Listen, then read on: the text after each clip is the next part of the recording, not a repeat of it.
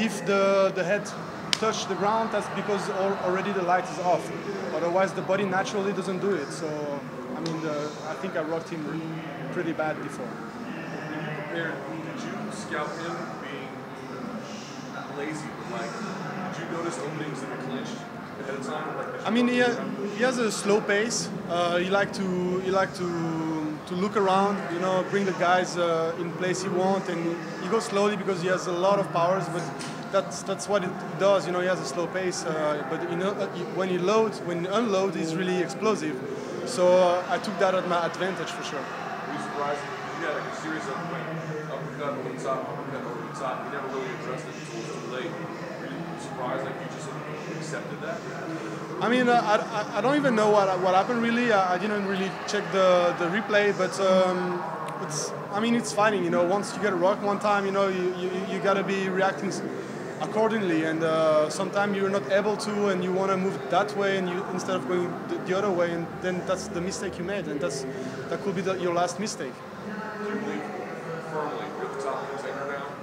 I mean, I think I proved that because he was supposed to be fighting for the belt next, so my goal is to go for the belt right away. I want to be the fastest rising guy for the belt. What if they give it to Gustafsson next? Would you be okay with that? I mean, I understand for sure because there is a beef with John Jones and Cormier. Both have a tough 5-round fight with Gustafsson, and I think the fans want to see that fight, the revenge and everything, you know, a lot of stuff. And it's a lot about what the people want to see too. You know, you got to make exciting matches, but I think I'm gonna be able to come there and make an exciting fight because I know I'm gonna knock both of them out. Would you be willing to wait, or if they do go the Gustafsson route, would you want to take another shot? I mean, I would really want to fight for the belt next, so if I have to wait, I'm gonna wait. But I want to be active too, so you know, I'm gonna have to think about it. You've been very active this year. It's your third fight since February. Were you hoping to fight one more time in 2017? That was my goal, but it all depends about tonight's game.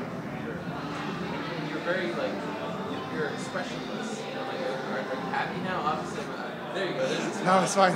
Yeah. Yeah. Is this kind of surreal to what's happening? I mean, no. I mean, I thought about it. I thought about that for a long time. I mean, this is like the accomplishment of like 10 years of training. You know, I started like no, actually 7 years of fighting. But I've been training more. It was just a long process, but then suddenly everything happened that fast. I think I just grabbed the right opportunities and I tried to make the best of it. After I knocked Misha out, I was already planning the same night the fight against the #2 contender in the world, one of the best guy, you know, a really scary guy, you know, knocking everybody out, you know. And even that night, the same guy in my corner was saying, "Oh, it's too risky, this and that," you know. And I was, "No, it's not risky, you know. Like I don't need to choose my opponent. I don't need to take my time. I don't need, you know, I got this energy going, and I wanna keep on proving the world, you know. So if I didn't have time to rest, you know, I didn't have time to rest, to take a vacation and stuff, you know, enjoy a little bit of time. I was really tired after my last camp, and I just went back into it because I love that, and I think if you really want to do something about it, it's time to do it. It's time to go. You have to go. You just spoke with Roman Johnson, who was very complimentary of you in training. How important was his insight into his former opponent, Jimi? I mean, I was lucky that he came back. Let's not say out of retirement, but he came back to help me in the gym 2 times, and that was good because I need also some really strong sparring partners, you know. So because me and Johnson, we do always when we spar, we do all. It's a war, you know. Like we go hard, really hard. And I like that because it's like a fight, you know. And then I got other people around. I play differently when I spar, you know. I got more technique, more fast, you know. I get a whole bunch of people, but I know when I spar with Johnson, he's like really tough. So I was happy that he was here. But of course, those 2 years with him, you know, training and learning, because I learned a lot with him, you know, are really helpful.